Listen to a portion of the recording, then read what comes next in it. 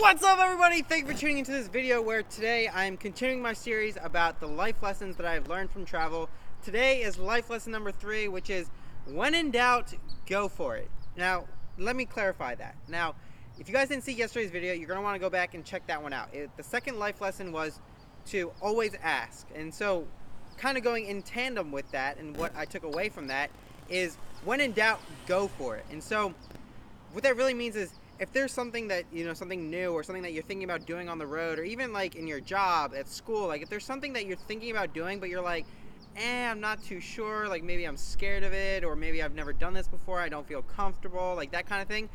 As long as it's something that's not going to like risk your health or like your safety, like I suggest going for it, because you never know. It might be like what you love doing. You might discover something new that is a passion, that is a hobby, something that might lead you down a path that's much different than what you're on right now. And so, like for me, for example, I got to stay with my professor. So first of all, this is awkward, right?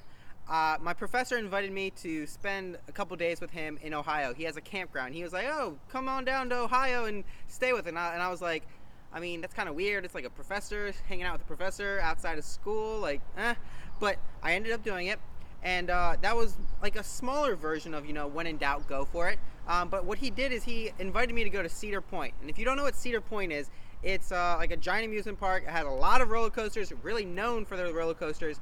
And I personally don't like roller coasters. I hate that, like, that up and down. I don't like my stomach dropping. So I was kind of like, I don't really want to go. No, thank you.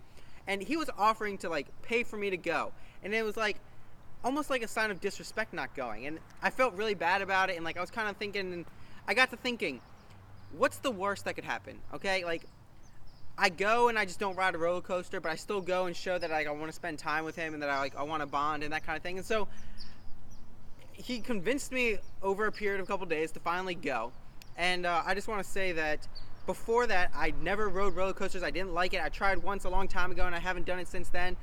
And he even somehow convinced me to ride a roller coaster. And you know what? That day, I didn't just ride one roller coaster. I rode 9 roller coasters, and some of the craziest roller coasters that they have. Like, Cedar Point is known for that, like I said.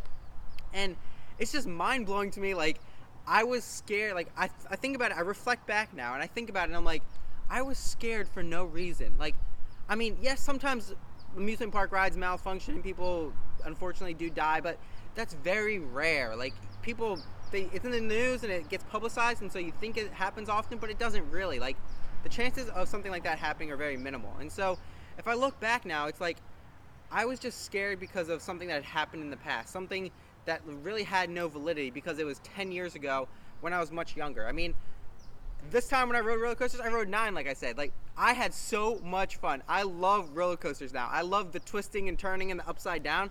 I still hate the, like, big drops, but I found that I actually love roller coasters, and it's the craziest thing ever. And so, that's just one example of, like, when in doubt, go for it. Like, if you're not risking your safety or your health, go for it, because you never know what could happen. And I feel like we're closer because of that experience, and I feel like I have something new that I can do with people, because before, people would invite me to amusement parks and I wouldn't go because I don't care for roller coasters. I didn't want to be like the Debbie Downer. I didn't want to drag everybody behind.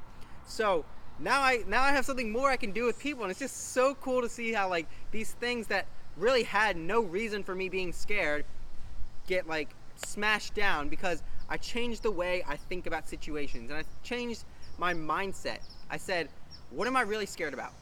I had a bad experience before. I didn't like it. That was 10 years ago. I just don't feel like trying. Like, all these things are dumb reasons that I was saying no in the first place. And so, just, that's one example that really resonates with me. And I would love to hear if you guys have an example. Share about it in the comments down below. I would love to hear about how you tried something new or tried something that you didn't like before and you found that you really loved it. Or maybe you found that you still hated it. And that's just, it just serves to like reinforce what you thought, and so that still is a learning opportunity, I think. So that's essentially the basics of this third life lesson, which is when in doubt, go for it. Whatever it is, I mean, it plays a role with the always ask. If you're doubtful about asking for something, ask for it anyways, because what's the worst they could say is no. And you'll never know if they were going to say yes or not if you don't ask in the first place. So those 2 lessons are pretty closely tied together.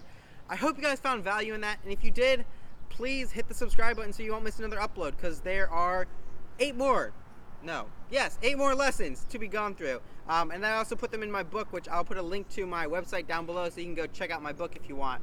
But with that being said, I hope you guys really enjoyed. If you did, again, hit the subscribe button. Share with somebody else who you think could really benefit from this, somebody who could really benefit from trying new things. I would really like to meet them, get to engage with them.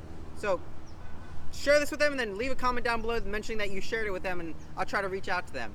But other than that, I will catch you all in the next video. And until next time, have fun!